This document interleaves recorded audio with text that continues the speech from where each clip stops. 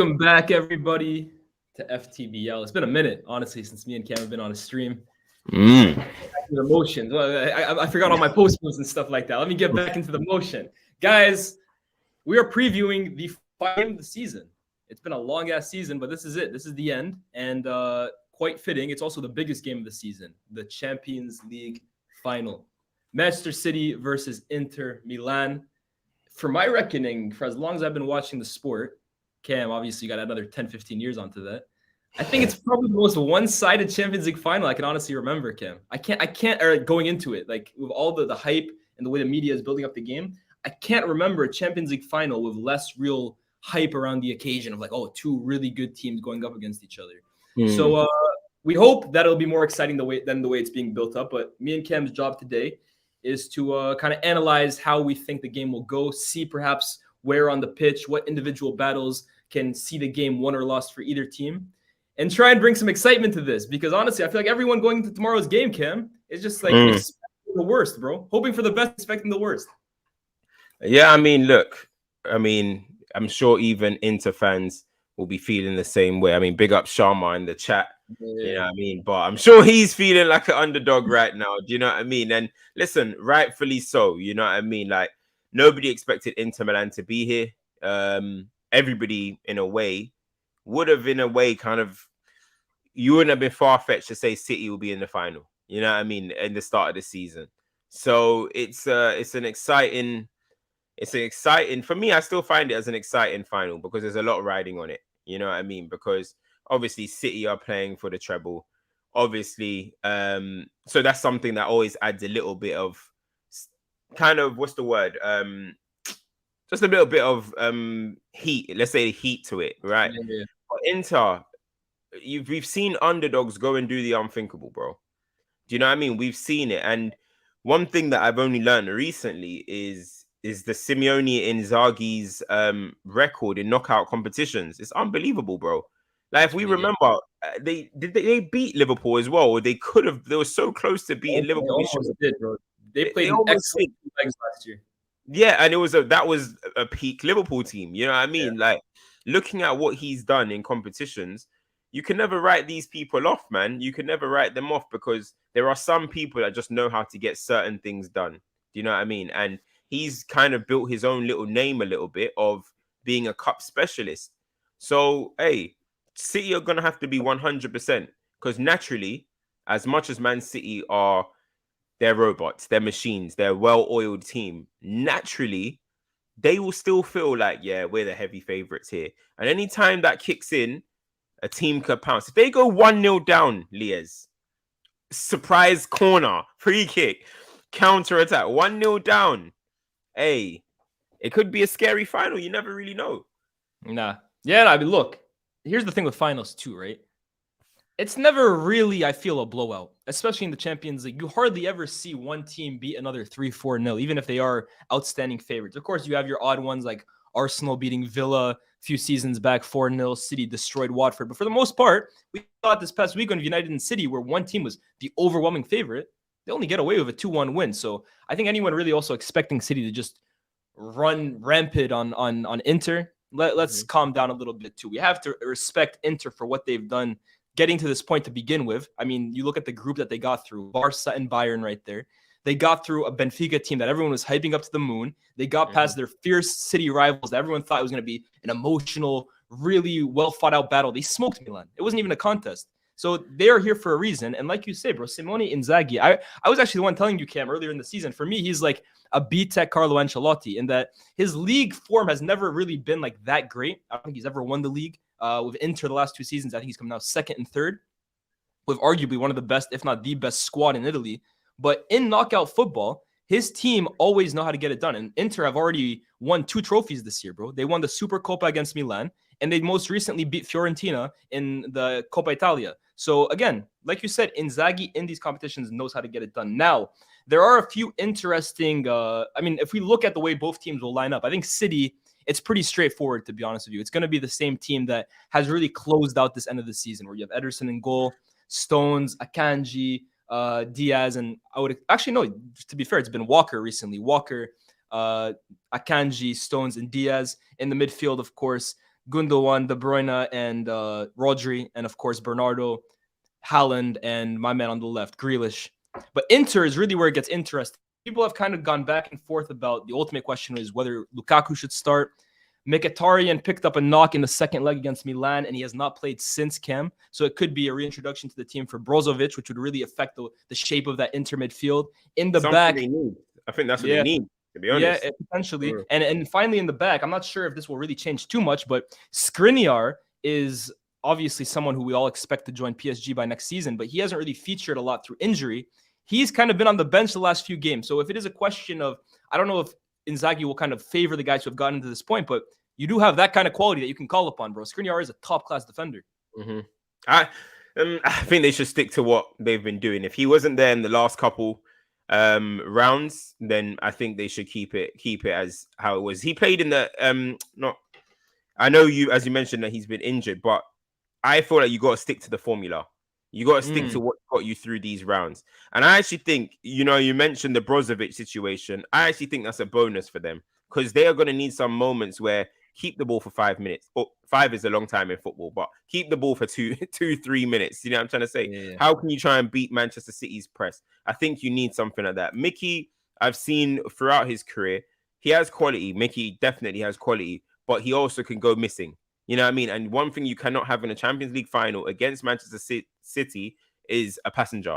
Do you know what I mean? Somebody that can go missing. Yes, they can give you that moment of quality, but how consistent is that moment of quality going to come? That's debatable. I think the big decision that he has to make is up front. Do you throw Lukaku in? He didn't have Lukaku in the semi-finals starting. Does he decide to throw Lukaku in this moment? Because Lukaku ended the season pretty well. Scored goals, was, you know what I mean? Bagged Meg the Stallion. Life's good. Do you know what I mean? Life's brilliant. What way can you complete the hat trick? By scoring in the Champions League final, right? And winning the cup. However, does he go with him? Does he go with Dzeko? Does he go with Lautaro? I think Lautaro is definitely going to play. But does he go with Dzeko or does he go with Lukaku? You know, and I saw Evan Ferguson talking about it, which is funny. I don't know if you saw that video on Live Score. Evan Ferguson talking about it, and I understand what he was trying to say, but in a weird way, I think of it in the opposite way. I think Dzeko starting the game and Lukaku coming on as an impact will completely distort the game than Lukaku starting and Dzeko coming off the bench. What do you think? I think I hear your point, right? Lukaku and Dzeko, I mean, they're so different in that Dzeko is really someone who's going to pin you back, in my opinion. He's going to be on the last line, and he's going to be holding up the ball for guys like Lautaro, guys like Barella, guys like Çalhanoğlu to kind of pick up the pieces, where Lukaku is really the ultimate transition player. That's a guy that you send him almost down on that right-hand flank. His athleticism, his speed, his power, he'll skin players for fun. And I hear you. Maybe that's something you really want to exploit with the last 30, 35 minutes in the game where City's defenders are starting to tire. And that's really something, Ken, that I wanted to touch on is that I think City, you're starting to see maybe that the run of games that they've played this season and how many games all their players have played, especially like someone like Rodri, for example, I think you're starting to see it catch up to them a little bit, bro. We didn't obviously cover the United game. You were on holiday for that, but I remember specifically when Pep kind of fell to his knees when Rodri lost the ball and Rodri kind of just stopped there, caught his breath, started jogging backwards. You kind of saw De Bruyne going out of the game early. To be fair, it was a really hot day out that day, so fair enough. But I really think the amount of games that this team has played, and these players in particular have played, Rodri has played over 50 games again this season. It may be another factor that goes against City in this final. A lot of these guys have played so many minutes, and maybe that is something that Lukaku's pace with the last 35 minutes in, if the game is still tight at that point, maybe he's the one to hurt an Akanji or a Nathan Ake on that right-hand side. I agree with that, but it's funny because I feel like of all of what you're saying, I feel like the defenders are still the ones that look healthy. The defenders don't look like they're tiring. A KDB, yes, but KDB, you look at KDB, he's like he's a deceptively good athlete, but you also look at him and you can see, hey, when his career ends, KDB might put some weight on. He might be like Schneider, you know what I'm saying? Maradona one. Bro, he might be like Schneider in that. Do you know what I'm saying? You gotta watch him closely. So with him, I can see why he would tire out. Rodri, okay, it's an accumulation of so many games, right? But bro, it's the Champions League final. Yeah. You dig deep. This is the biggest game of a club career. You dig deep, they'll be able to carry. I don't have any doubt that they'll find the energy to get through this game. The defense, though, they look fine. John Stones has been rotated this season. Diaz hasn't even played the whole season. Kyle Walker is arguably the best athlete we've seen in Prem history, bro. He hasn't played that much either this season. Hasn't played that much. He's got a decision now. I believe Ake is fit. He's fit, so he's got a decision. Ake or Kanji, two incredible athletes, bro. So defensively, where we think that Inter need to try and obviously hurt Man City, they are in great shape. Yeah, I mean, they're in great shape in that position. And I know that you've got Rodri, who's, yes, we can see he's tiring. He's going to have a nice long summer, whatever. But then they have Gundogan, who he's got an extra battery up his back at the moment. He's playing to like, hey, listen, I want to leave and be on the table with Yaya and them, man. When they talk about City, great playoff G right now, bro. There we go. Do you know what I'm saying? So they are in a really, they have the quality to subside for if Rodri's legs, if he's tired. You know what I mean? And so it's. I do get the concerns, but I don't think in a one-off game, one more game, they'll just like drop the ball there. You know what I mean? In terms of the fitness and stuff, they'll dig deep, man. Drink some Red Bull, bro. Look how many isotonic things they got nowadays. Go do one of them and you'll be good. But honestly, I just think sometimes it's mentality of mind over matter. The legs could be done. The legs could be tired.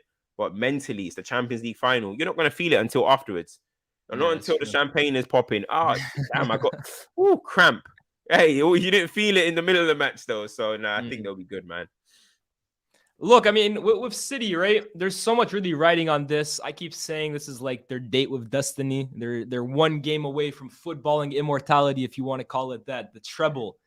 There's been so much talk around that, Cam. Where does it rank compared to United's treble? First of all, I mean, that's always the one they're going to get compared to. But just in general, right? If they already get this to get it done on Saturday and complete the treble, the second English team ever, where do you kind of rank this era, if you want to call it like the 3 years that they've been together? Let's not include the company last year's, the Aguero last year's, the last 3 years for City culminating in a treble. How do you stack it up against the Barca treble or the Inter treble or the Bayern treble or United's treble, of course, too? Where for you does it stack up with them? I mean, look, trebles all stack on the same table. And that's one thing that I feel like we're getting into this kind of, this is better. A treble is a treble. You enter a table of greats. The reason why I was like trembling last season was because Liverpool are about to do the quadruple, bro. I was like, what? Yo, if Liverpool do the quadruple, this isn't right, bro. You know what I'm saying? Especially that it's Liverpool. But I feel like, we're all in the... Okay, look, sport is all about competitiveness. It's all about comparing and stuff. I understand that. But a treble is a treble. There's been 8 teams that have done a treble. If Man City do the treble, welcome to the table. Welcome to the party. You don't sit on another higher table. Welcome to the party. You're now here in the treble gang. That's personally how I see it. Now, people are going to talk about difficulties and the way United's done theirs and the teams they played. And to be honest, I don't really buy into any of it. Like, I get it. If you want to compare the two squads, that's fine. But when it comes to actually comparing a treble, personally, I think you can nitpick at every single one. Like Man United got a bit lucky. They did. Man United got lucky in their treble. You need some luck. You did.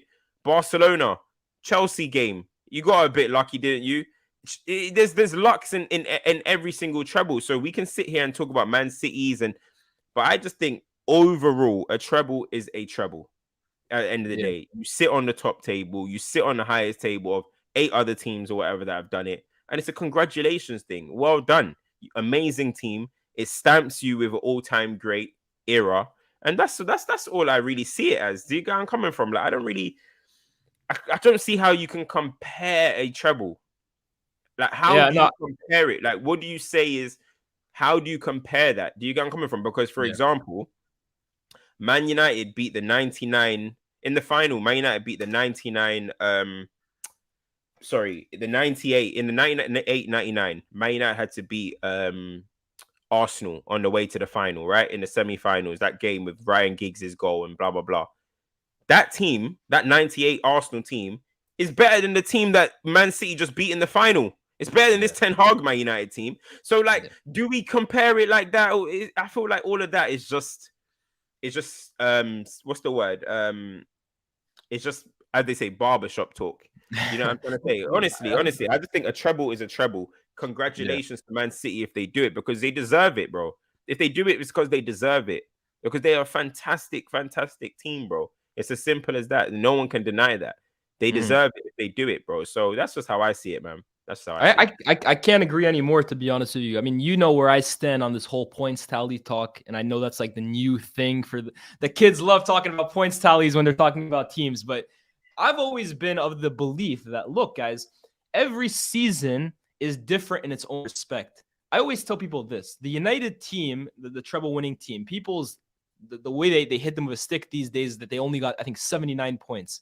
But what they failed to recognize is that the next season, and as far as I'm concerned, it was the same United team. They didn't really make any big incomings or outgoings. The same group of players.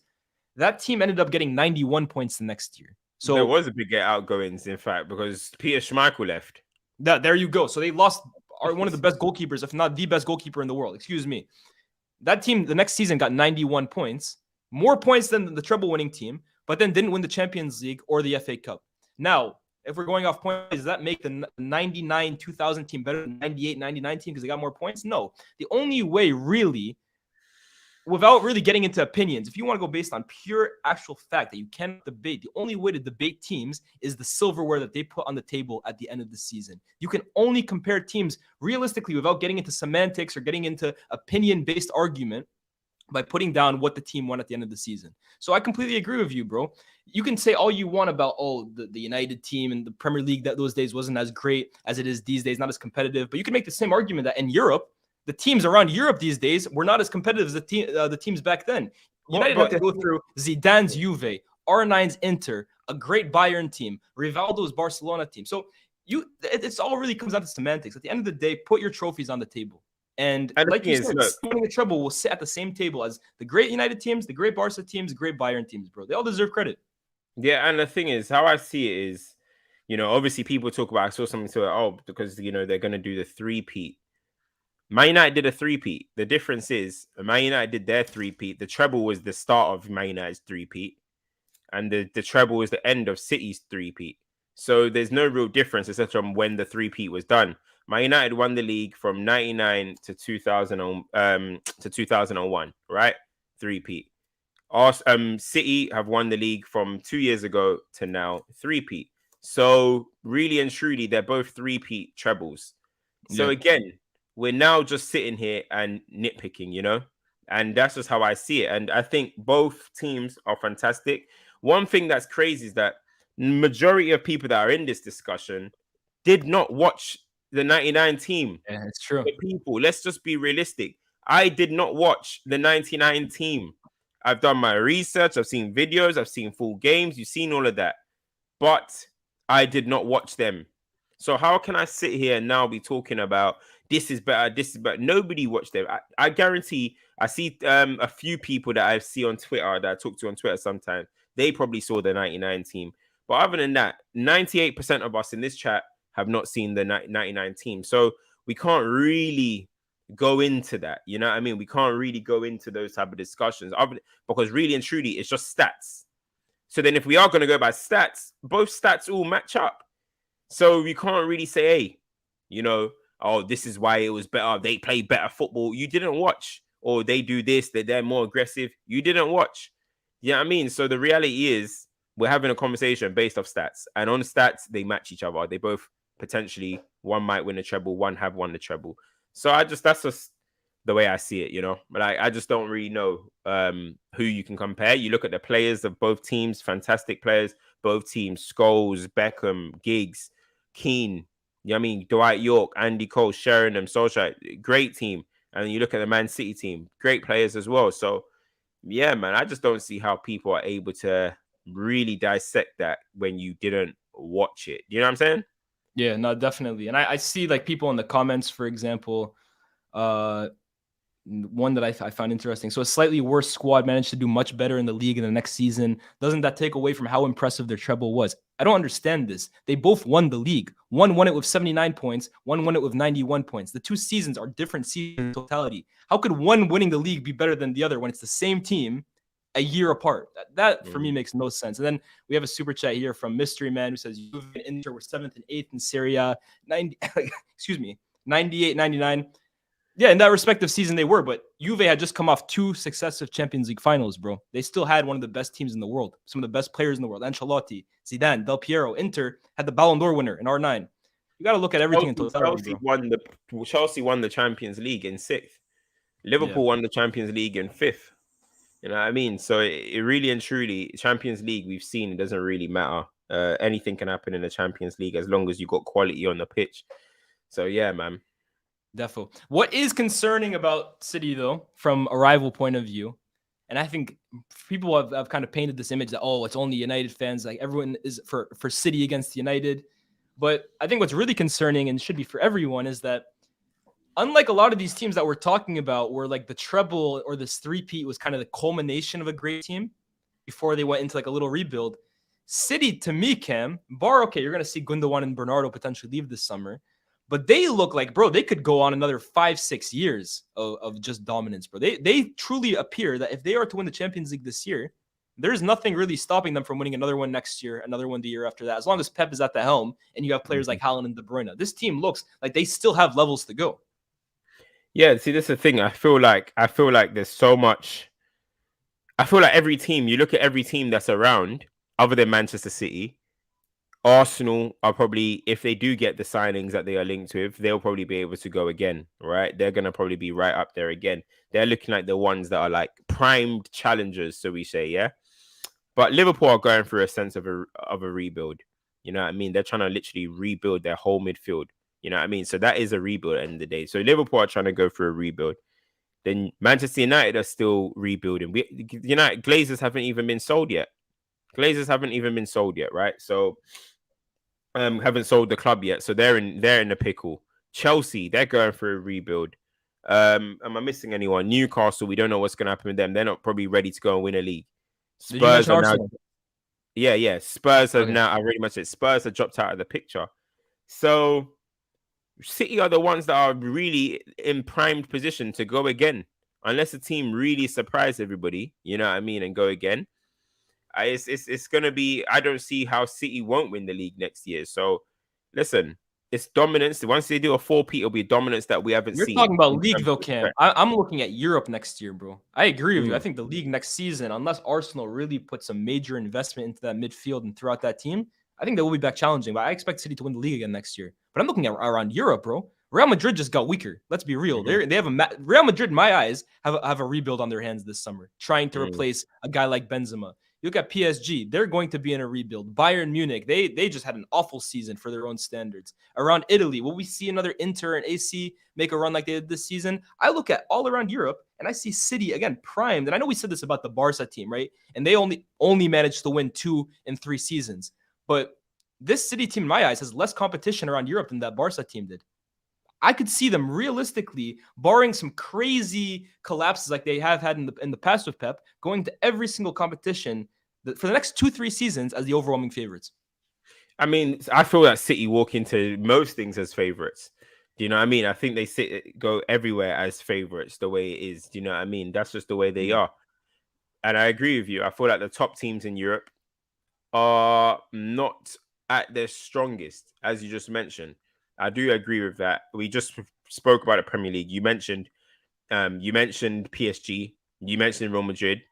Barcelona, they still got a hoodoo at the moment under Xavi. They're not really getting through anything in the Champions League at the moment. So Barcelona, and then you got Bayern.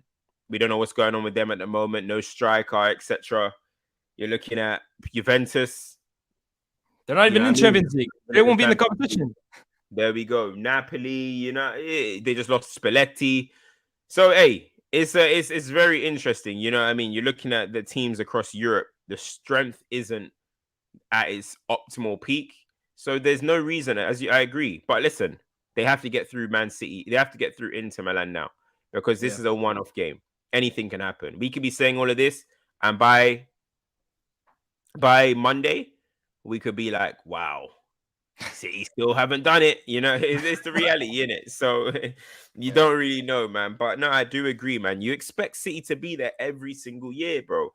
You expect it, man. But the reality is, we have also seen great teams. Yeah, we've seen amazing teams who we've thought once they won it, as you just mentioned with Barcelona.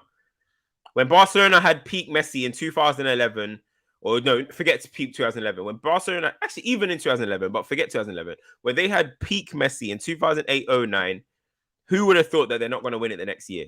You would have thought, oh, they're 09-010, they got this. Inter Milan came from nowhere, won. You know what I mean? Then they won in 2011. You're thinking, all right, cool. Then you're thinking 2011-12. I've just seen the best footballer ever play football with Messi. This is like the complete Messi. And then Chelsea come along and knock them out. And in 12-13, they're in and around again. Bayern Munich come along. So you never really know. Now, I get it. I just named some really good sides in Bayern Munich and stuff, and the Inter Milan team with peak Jose and stuff. So I get that. But football, bro, you can never tell, man. You can never tell. You can never tell, honestly, bro. Because look, I actually think, I'm sorry to cut you, but you know me, every season, I always put Liverpool amongst the favourites to win the Champions League. Under Klopp as well. Heritage of Liverpool. They're a fantastic Champions League club. Salah turns up. They're a great club. I won't be surprised to see Liverpool have a deep run again next season in Champions League. I'm promising. They finished fifth, though. I was wondering, where the hell is that going, bro? They're in the Europa. I completely forgot. Yo, I completely forgot. They're in the Europa. Yeah, City are going back to back. Bro. Yeah. City are going back. Juve and Liverpool, bro. They ain't gonna be there, man. They're in the Europa. Bro, this is what I keep telling people. Europa League is the way to go, bro. You saw the way West Ham were celebrating Conference League. These are the supreme European competitions now, bro. Champions League is a wash, bro. Yo. You're a fool, though. I was honest. I was like, is there a twist here? Yo. Someone goes, does he know? That holiday took a lot out of me, bro. Yo. Hey, that out the heat. Damn. Hey. Yeah, it's not looking good, bruv. It's not looking good. Yo, Man United, what you saying? What can we cook? What can we cook? We ain't cooking shit, man. How about that? We ain't cooking shit. Let's talk a little bit about Inter, right? Because we don't want to make this the whole City show. We want to give respect to the finalists as well. If they win this competition, Cam, if Inter wins this year's Champions League, is this the greatest, basically, like, underdog story in the competition since, let's say, even Porto or maybe even Liverpool in 2005? If Inter win, hold on. Oh man, that is too funny, man. If Inter win, no, it can't be bigger than Liverpool's. It can't be bigger than Liverpool's because Liverpool were the overwhelming underdogs, and then they were 3-0 down during the match.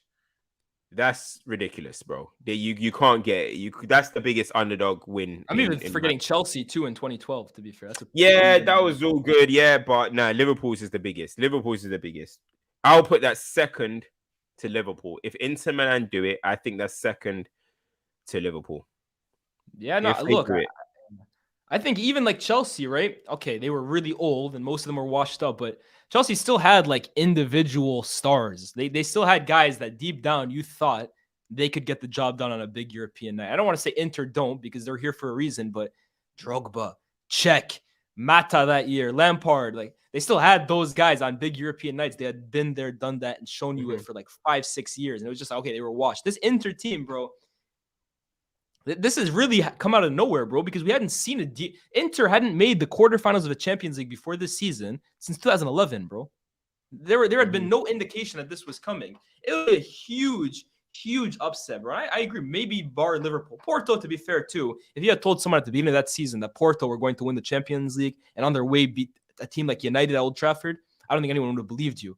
But this Inter team, man, and one guy I'm definitely keeping a close eye on is Lautaro, because I think this is somebody, and I always say this, Cam. Wait. What was the question there? What was the question? Your question was... The question was, are they the biggest underdogs since the 2004 Porto team? And I think you answered in the final or the whole competition? I'm saying the whole competition. Oh, okay. I thought you were talking about finals. You know what I mean? I thought Even the final, though, I would still say Liverpool. To be honest with you, I would still say Liverpool. No, yeah, Liverpool because of even the Gerrard moment. Oh, your beauty. Yeah. Let's not forget about that. Liverpool always be the biggest for me, right? Because they had to beat Chelsea. Okay, the ghost goal happened, but Chelsea were absolutely peak, bro. You know what I mean? They had to beat AC Milan in the final, whatever. Yep. They had to beat Olympiacos in the group stage, bro. Yeah, the Olympiacos. Okay, cool. I'm putting Liverpool as number 1. Yeah. Porto is a madness, but Monaco also got to that final as well. You know what I mean? It's a bit, yeah. Monaco had to beat Chelsea, right? Who did Porto beat in the Champions League semi-final that year? Porto knocked us out with flipping Tim Howard or Roy Carroll in goal. Roy Carroll, yeah. You know what I mean? Come on, man. Who did they beat in the semis, though? Because we were in the quarters. Who, Porto? Yeah. Porto beat... Oh, damn, I can't remember. Somebody will remind us, I'm sure. Somebody will remind us. A Leverkusen or something. That's another weak year in the Champions League, to be honest with you. This is what I'm saying. All right, I'm going Liverpool, number 1. And then I'm going to go Chelsea, 2012. I'm going to go Chelsea. I get what you're saying. They had the guys. They had big ballers still. You know what I mean? But, bro, they had to beat Barcelona. You know what I mean? They beat Barcelona with 10 men. John Terry got that sent off. They had to hold out with 10 men for the whole game against that great Barcelona team. By the way, that was the season that Messi scored 73 goals. Yeah. They beat Bayern in their own stadium. Let's not forget about that. They beat Bayern in their own stadium. So I'm going to go that. That Chelsea. Porto team, by the way, they beat Deportivo in the semifinal. Deportivo. Oh, yeah, because Deportivo came back against Milan. AC Milan. I can't lie, bro. If I ever see my team do that comeback and not win the Champions League, it's almost like, yo, what the fuck did we do that for? Yeah, no, honestly. And then remember, in the middle, they were playing Napoli, and the manager got sacked, and then that's when they came alive. So yeah, Chelsea's story was crazy. I'm gonna go Liverpool, Chelsea. Then if Inter win it. But Inter, I mean, come on, man. Nah, Inter are not an underdog. Benfica hype. The underdog. Oh, this Inter. Okay. Yeah, this Inter, like Benfica hype, bro. Like AC Milan hype as well. Them teams. No, but we're saying if they win the Champions League, they'd have to beat City. That in itself, bro, is crazy. Yeah, that's crazy. That's crazy, but like, yeah. You can say the same thing. Oh, Chelsea, they had to beat Napoli. Like. Yeah, but the circumstances that it is, you know what I mean? The context behind it. This one... There's context with this Inter team, bro. Inter were beating these teams in the Champions League, bro, in the midst of like a 10-game winless run in Serie A, bro. They weren't winning shit in Serie A. It's Benfica. Like, you're mid. What? Okay, that team. I like that Napoli team, too. I like Hamsik. I like Lavezzi. We're not saying that's a super team back then. And Chelsea beat Benfica that year, bro. In the quarter. But Napoli will wash... this Benfica team, bro. They'll wash them, bro. Hold up. First of all, that Chelsea team beat Benfica in the quarterfinals that year. That's who they got past. They've been mid. So Benfica versus Benfica. You can cancel each other out. Both teams played at Benfica. One team played Barcelona. Milan. Huh? Okay, Barca. You know what? Barcelona and AC Milan. Fair enough. I can't. You're comparing Messi to Rafael Leao. Hey, Inter beat Barca this year.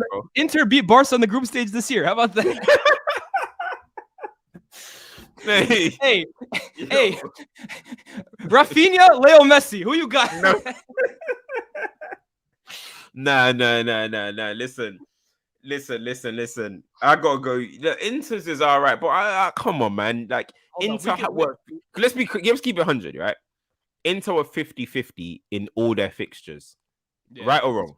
Yeah. I even said Inter are gonna beat AC Milan and Benfica and Benfica. So you had Porto beating them, huh? Don't forget about that. I think you had Porto beating them. Yeah, I did. But you look at it though, right? We always said this is the weak side of the draw. Let's keep it 100. So you're beating a bunch of weaklings. You know what I mean? You're all weak. You know what I mean? Like with all due respect. So I wouldn't really go there. Chelsea were overwhelming underdogs, bro, against Barcelona, against Bayern Munich. Okay, maybe not against Benfica. You expect them to get through with the names they have. But in the circumstance of the Napoli one as well, Napoli were the hipster favorites of that team at that time, that Napoli team. So to get through 3-1 down, next time Ivanovic, Drogba, you know what I mean, bro? You recounting those memories a little too fondly, bro. Yo, I might have to do a documentary on that run. You know, I might have to do a doc, bro. That was we bringing the archive back. Hey, Lias, bro. 1-2 punch. What are you telling me, bro? Let's do it. But as I was saying about Inter, right? The one guy I want to give flowers to before we do dip, because I don't want we don't have that much to say, right? But Lautaro, I think this is the guy in camp. I always tell you about these knockout tournaments where we see a player for like the first time in a while and we base our whole opinion off of it. This World Cup did more damage to Lautaro Martinez's name than I can think of most strikers ever, to be honest with you. Don't forget Higuain.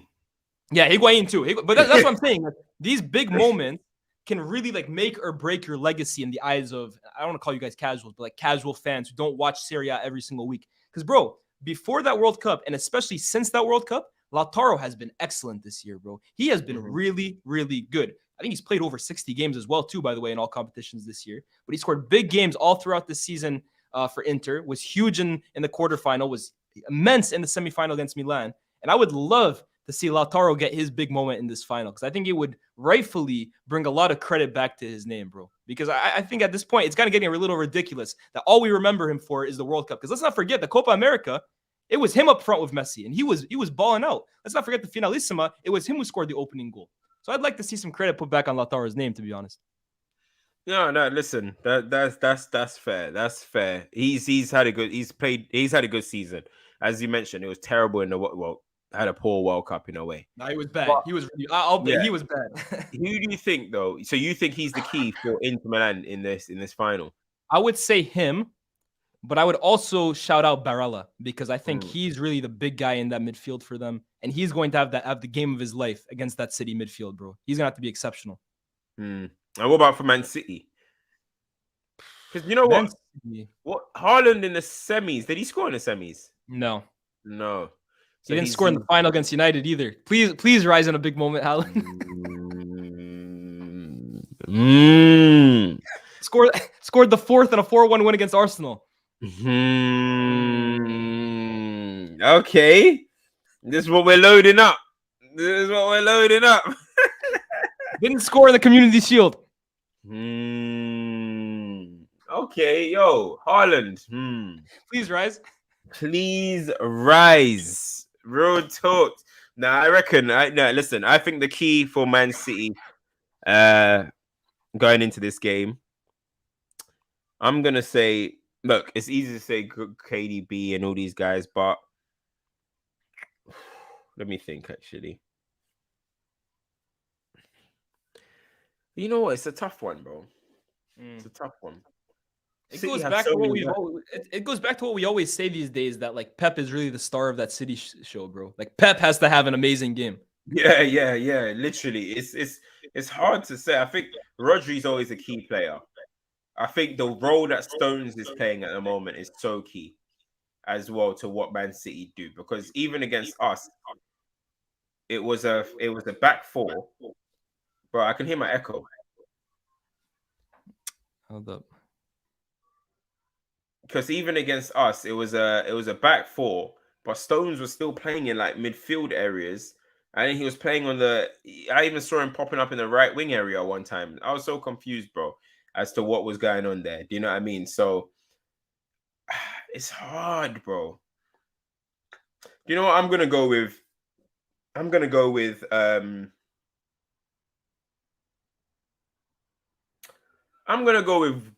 Gundogan. I was gonna say the exact same thing. Yeah, I was literally thinking of Gundogan. I'm gonna go with Gundogan because of the form, because of the way he turns up in these moments. He's so elusive, bro. 1 second he's near the striker, then he's getting the ball deep, then he's in the central areas. He pops up everywhere. I'm gonna go with Gundogan. How do you mark someone like Gundogan? How do you prepare your team to mark a Gundogan when there's Rodri? There's Grealish, there's KDB, there's Stones in midfield. Stones coming into this role is allowing Gundogan to have this freedom to kind of roam and do what he needs to do and go anywhere he wants. All eyes is always on KDB. So Gundogan is always kind of just drifting through, bro. He's just kind of floating around. So I'm gonna go with Gundogan, bro. Especially that this could be his send-off game. They've just basically agreed personal terms with Kovacic. So it's looking like he's probably gonna be like the replacement for Gundo, which personally I think is a great signing. Chelsea fans are now calling him shit, by the end of next season, we're going to be saying he's amazing. He slots into Manchester City's technical level, technical ability with ease. So I'm going to go with Gundogan, send-off game, big in Istanbul. Yeah. Oh, but Istanbul, we've had a mad comeback in Istanbul before. Underdogs, can Inter rise, please? I'm gonna go with Erling Haaland.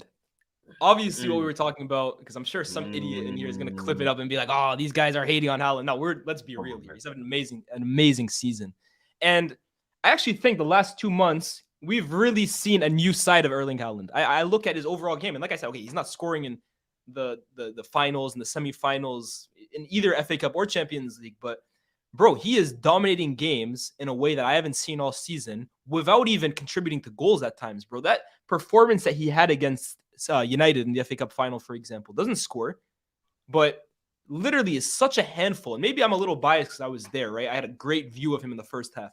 Bro, physically, this guy is starting to dominate defenders with his hold-up play, with his ability to spin defenders in a way that we were seeing in the beginning of the season, really go games sometimes where he has 6-7 touches. These days, he's giving us complete number 9 performances. So hats off to him. But I also think in these Champions League finals, right now, people are kind of having this debate. Has Haaland done enough this season to win the Ballon d'Or? And I know you're going to disagree with this, over Messi, because Messi had the World Cup. I think he has. If it were up to me, I would give Haaland the Ballon d'Or. But I look back to like iconic Champions Leagues and players that made their names off that. The one I automatically think of is Milito.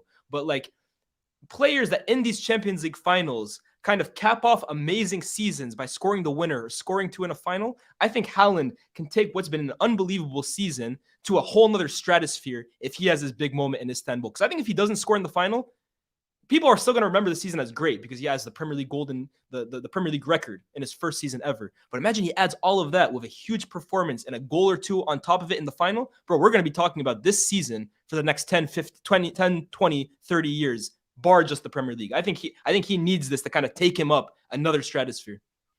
So it seems that people don't seem to agree with you that Haaland should be in the Ballon d'Or conversation. That's ridiculous. And that's coming from someone who everyone thinks I'm a Haaland hater, right? I keep saying Haaland, I'm not an enthusiast about his game. Like for me as a purist, it's not something that like I really go out of my way to watch. But bro, the goals that he's scoring, the numbers he's hitting 50 goals in a potential treble winning season. You have to be crazy if you don't think that warrants the Ballon d'Or, bro. So wait, who do people think should win the Ballon d'Or though? Maybe who do people think should win the Ballon d'Or? Because Messi of the World Cup. Messi. Nah, man.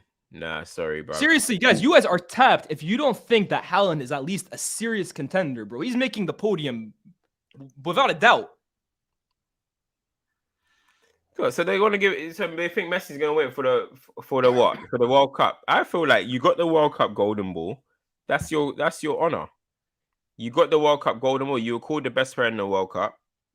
I don't see why the Ballon d'Or should come from it. You got knocked out in the Champions League quarterfinals.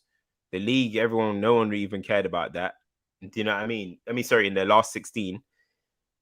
I wouldn't give it to Messi personally, bro. I wouldn't give it to Messi. But I'm surprised that people don't think it'll be Haaland. That Haaland wouldn't be in the conversation. He doesn't at least deserve a shout, bro. Like you have to be crazy to not believe he at least deserves to be on the podium. I don't get. Come on, people. Let's listen. We talk about everyone talking about football's finished if Haaland's winning it, right?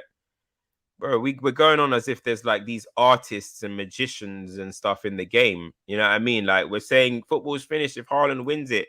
Football's been finished. So I don't see if football's not finished because Haaland's about to win it. Trust me. I saw a center back win the Ballon d'Or one year, bro. Come on. Haaland is about to score. How many goals has he got this season? 55, 54? I want to say more. I want to say it's 58, no? I don't even have a clue, bro. Let me check. I think this game on Saturday is the 60th game of the season. If he scores 2, I believe, it takes him to 60 goals. Let's see. Okay, no, he has 52. He has 52. Maybe an international or something like that. Yeah, maybe. He has 52 goals, all right? So he has 52 goals this season. And if he's about to win the treble with 52 goals, potentially scores in the final. Let's say he scores 1 in the final and it wins the game or whatever. 53 goals. 53 goals and a treble. Come on, people. Let's not act like that's not Ballon d'Or worthy. You know what I mean? It's Ballon d'Or worthy. 100% is. And look, everyone in here is saying Cannavaro won it, and Ronaldo won it. So that means Messi has to win it. So why did Messi win the Ballon d'Or in 2010? Doesn't the World Cup matter? Why did Messi win the Ballon d'Or in 2010?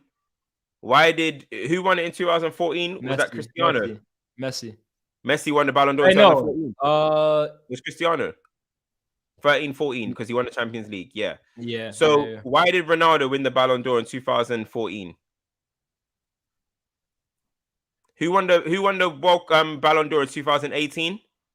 Modric. Yeah. Did he win the World Cup? Why didn't they give it to Pogba then? Or why didn't they give it to Mbappe? There we go, mate. There we go. Let's not. It's not consistent, is it? It's not consistent. So City would have won the treble without Haaland. Yeah, I'm just saying, why did they give it to these guys?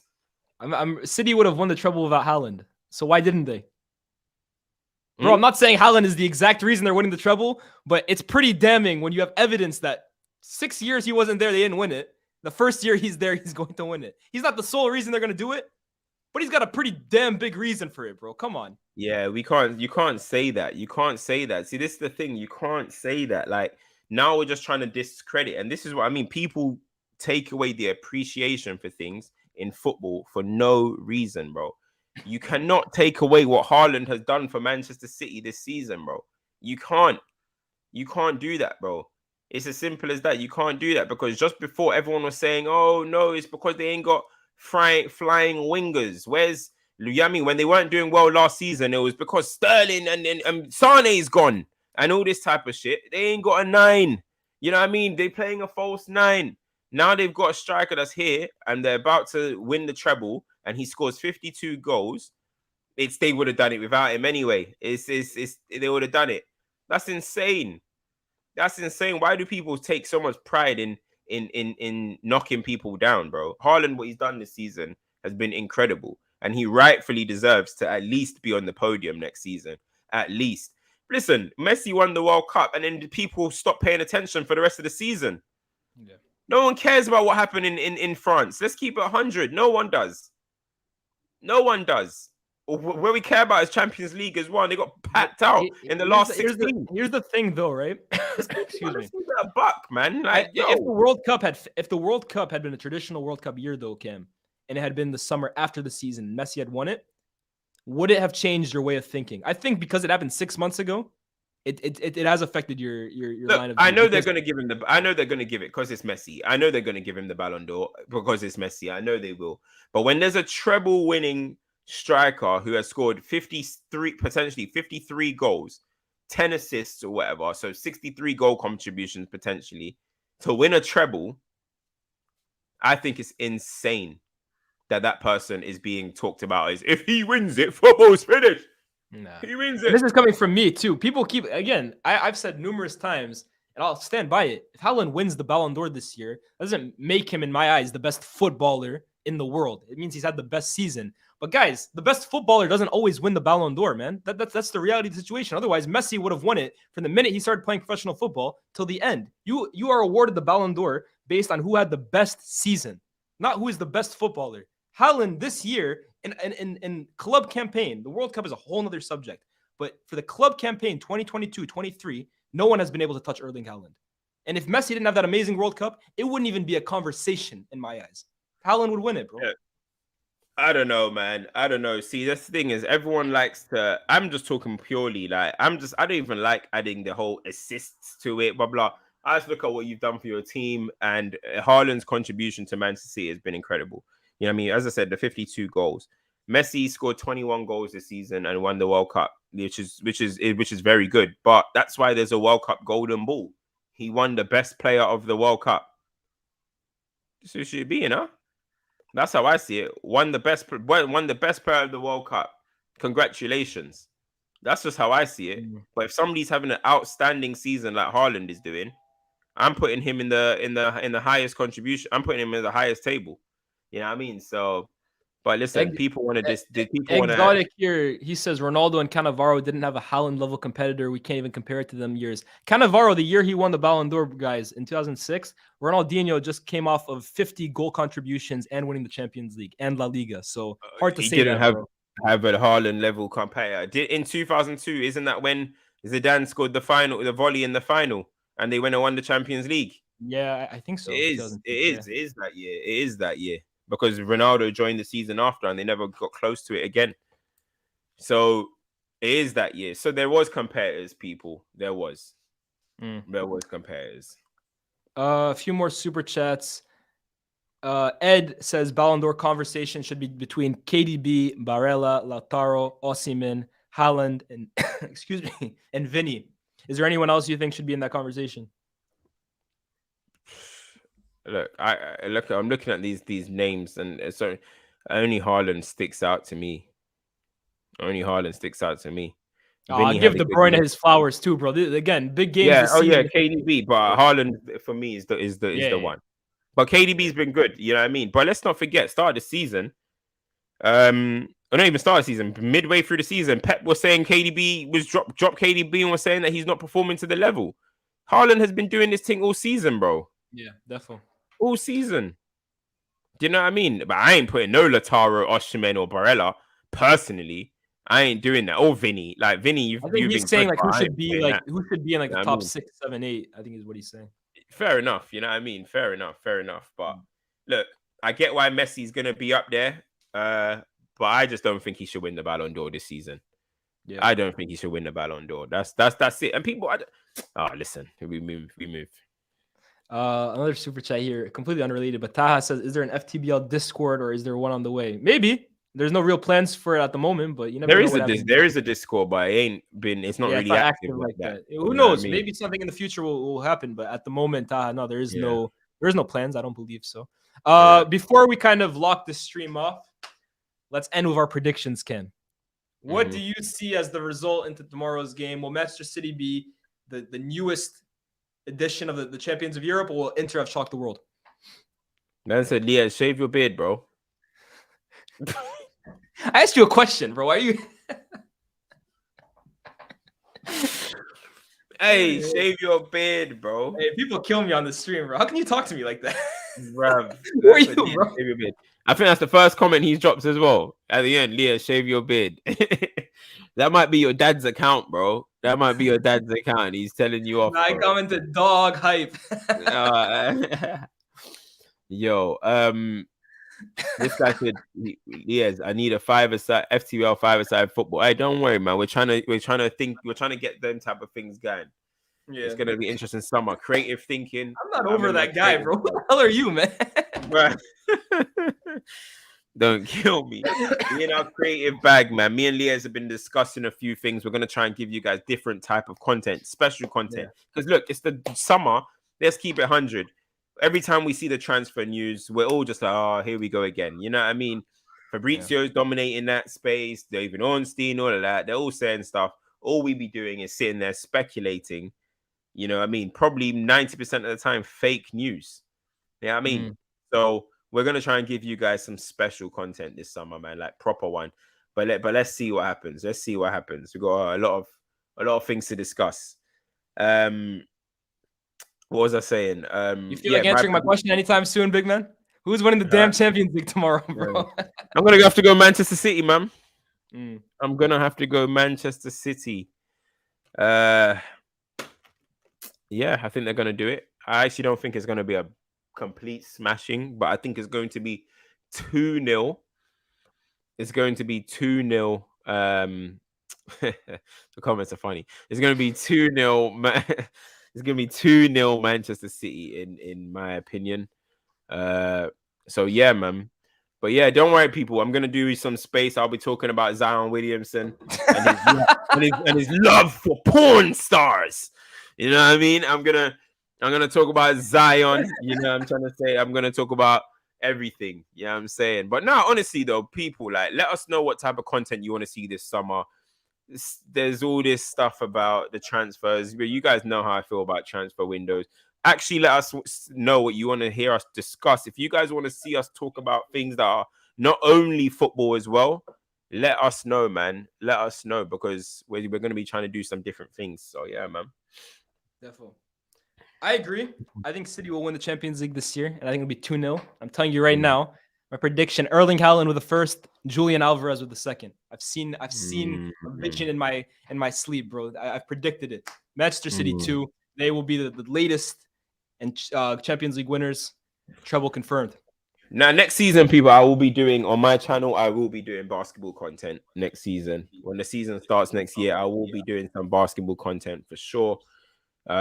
Just got to link up with a few people in regards to that. But basketball content next season will be coming through for sure, man. I don't like how that channel is just sitting there unused. So we will be doing basketball content on there, and a bit more like lifestyle content and stuff on there, man. It'll be gonna be lit, man. It's gonna be lit. But that was a good question. If KDB does score in the final, there is gonna be a big push for him to win the Ballon d'Or as well. Yeah, I mean, so if you look at it in the Champions League, he's been huge. He's been huge in the Champions League. So look, it depends what people value for Ballon d'Ors and stuff. I feel like Haaland, ain't he the top scorer in Europe? Of course he is, bro. Like, he's the top scorer in Europe. He's top scorer. I was gonna say like Haaland maybe domestically, then KDB's Champions League, and then Messi's like World Cup. But then Haaland is the top scorer in Europe, bro. So I honestly, for me, it's baffling that we're even having this conversation. Honestly, unless you value the World Cup that much that it's Messi for you, fair enough. That's a whole different conversation. But in Europe, just in club competition this year, it's Haaland by a country mile, bro. The thing is, the World Cup is the biggest competition in football, right? And I do think it deserves to be valued. There just needs to be a complete consistency that, okay, are you always going to give the Ballon? Okay, let's say you give it to Messi. Is the Ballon d'Or going forward always going to be given to the best player of the World Cup? If that is the case, give it to Messi tomorrow. That's fine if that's the precedent that they're going to set. But it's the fact that they messed that up by changing it when they gave it to Messi in 2010, gave it to Ronaldo, they kind of changed that. Do you get what I'm Here's the from? thing. Here's the thing, Cam. They didn't. Ballon Cam, d'Or was the reason they the changed guys it, that won the though, World Cup. the reason they changed it, though, or like the reason it didn't get awarded to Schneider in 2010, or the reason it, or who won it in 2010? Iniesta. Is it Iniesta? Iniesta or Xavi, or in 2014, a Neuer or Toni Kroos. The reason they didn't do that is because for the first time ever, and you can say Ronaldo. Okay, I brought up the Ronaldinho example, but you had for the first time someone like Messi in 2010 putting up 50, 60 goals a season. And then in 2014, you had someone like Ronaldo putting up 40, 50, 60 goals. That was like an outlier. This season, though, with Haaland, you have someone scoring 50, 60 goals and winning the treble. So when it comes to like these little outlier seasons, I think, yeah, that's when it should come into effect. I think the World Cup is the biggest competition. But when you have someone at club level who is putting up alien numbers like Ronaldo did, like Messi did, and like now Haaland is doing, I think that overrides it, in my opinion. Like, Messi scored 0 goals at the 2010 World Cup. He scored 0 goals and won the Ballon d'Or. His teammates Iniesta and Xavi, who contributed to everything that he did, who did a mad season as well and won the World Cup, didn't win it. So I don't know, man. It just is inconsistent in it. That's what it is. But as long as they just make it consistent, and then there'll be no complaints. But if the goalposts are always shifting, that's the problem. So I don't know, man. I don't know. Anyways, let's hope that tomorrow Inter can get it done. I hope anyone watching this, whether it's live or in the future, don't look at this and think that we're disrespecting Inter whatsoever. We tried giving them as much flowers as we could this tournament. We did. In this video. But the reality is, guys, too, they are overwhelming underdogs for a reason. And if they are to win it tomorrow, bro, it'll be one of the craziest things we've ever seen. So let's hope they can get it done. But if not, City, they are fully deserving winners as well. I think that's the end of the stream, guys. Cam, you got anything to add? Wait. There's a few comments that I've seen that I need to carry on going with. Hold on. So, all right, cool. People are saying we watched the game with our eyes, blah, blah, blah. So with your eyes this season, has Messi been the best player in the world for you guys? With your eyes? Just asking. This season, with your eyes, via eye test, Messi's been the best player in the world through the whole season. Has he been the best performer? So. Is how I would frame it. Has he been the best performer? No, not for me. So, you know what I mean? I mean, people are saying no. Somebody said yeah. One person said yes. So on eye test only, people, only on eye test, who has been the best player in the world this season? On eye test. Because stats is obviously Haaland. People don't like stats. Fine, okay. Eye test. You guys are all saying it's not Messi. Someone said Rashford. So who on eye test has been the best player this season? Vinny. That's a decent shout. Vinny. Somebody say Haaland. I don't like the way you said that, by the way. No, I fuck with Vinny, man. I fuck with Vinny. That was the most like underwhelming Vinny. No. I mess with Vinny. Yeah. Let's see.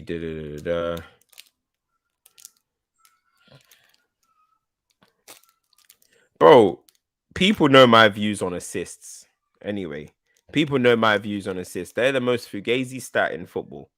Assists, they need to find a way of rewriting how assists are done. Assists are a bookie stat. It's a bookie stat, and it's harder to score goals than it is to assist anyway. 100%. But anyway, people, that's me. That's me. I'm saying Abubakar. The Ballon d'Or has lost its rep anyway for a couple years, in my opinion. The Ballon d'Or has been just, I don't know. They just give it to whatever. I ain't been a fan of it. The Ballon d'Or, they confirmed that it's not a serious conversation. Yeah, it's not a serious conversation when they just randomly decided to remove it from Loa winning it, and we're just gonna carry on next season. After that, I was like, look, I stopped rating the Ballon d'Or for a while, but when they did that, I can't take that competition. I can't take that that award seriously. Anyway, I can't. They said no fraud for winning the Ballon d'Or under my watch. Bro, they just decided, hold on, we're just gonna cancel it this year for the sake of it, and then we'll bring it back next year. It made no sense, bro. So yeah, I'm not on about that, mate. I'm not about that. Not about that, mate. And listen, people, you can say whatever you want. It's harder to score goals than it is to assist. I'm sorry, it is. It is. It's harder to put down statistics of numbers of goals than it is assists. It's not. That's not rocket science. I just think who has contributed to winning the most this year? If you don't even want to say goals, assists, who has contributed to winning the most this year? Bro, it's actually baffling me that we're having this conversation. Honestly, I feel like people are almost like just doing it for the sake of having an argument. Because for me, this is one of the most clear-cut Ballon d'Ors in my eyes ever. It's up there, bro. Yeah, but the thing is, though, like, this is what I mean, though. This is why everything's contradictory. But listen, it might not be the exact same people that are saying it in the chat, right? But when you said Haaland can't be the best football player in the world, you got attacked for that. Yeah, badly. You when you said Haaland can't be the best footballer in the world. Yeah, I remember when you got attacked for it. Yeah, so I just think like everyone just decides to pick and choose. You got attacked for saying that, and now that you're saying that he should win the Ballon d'Or, people are going back and saying, "But no, he's not a good footballer."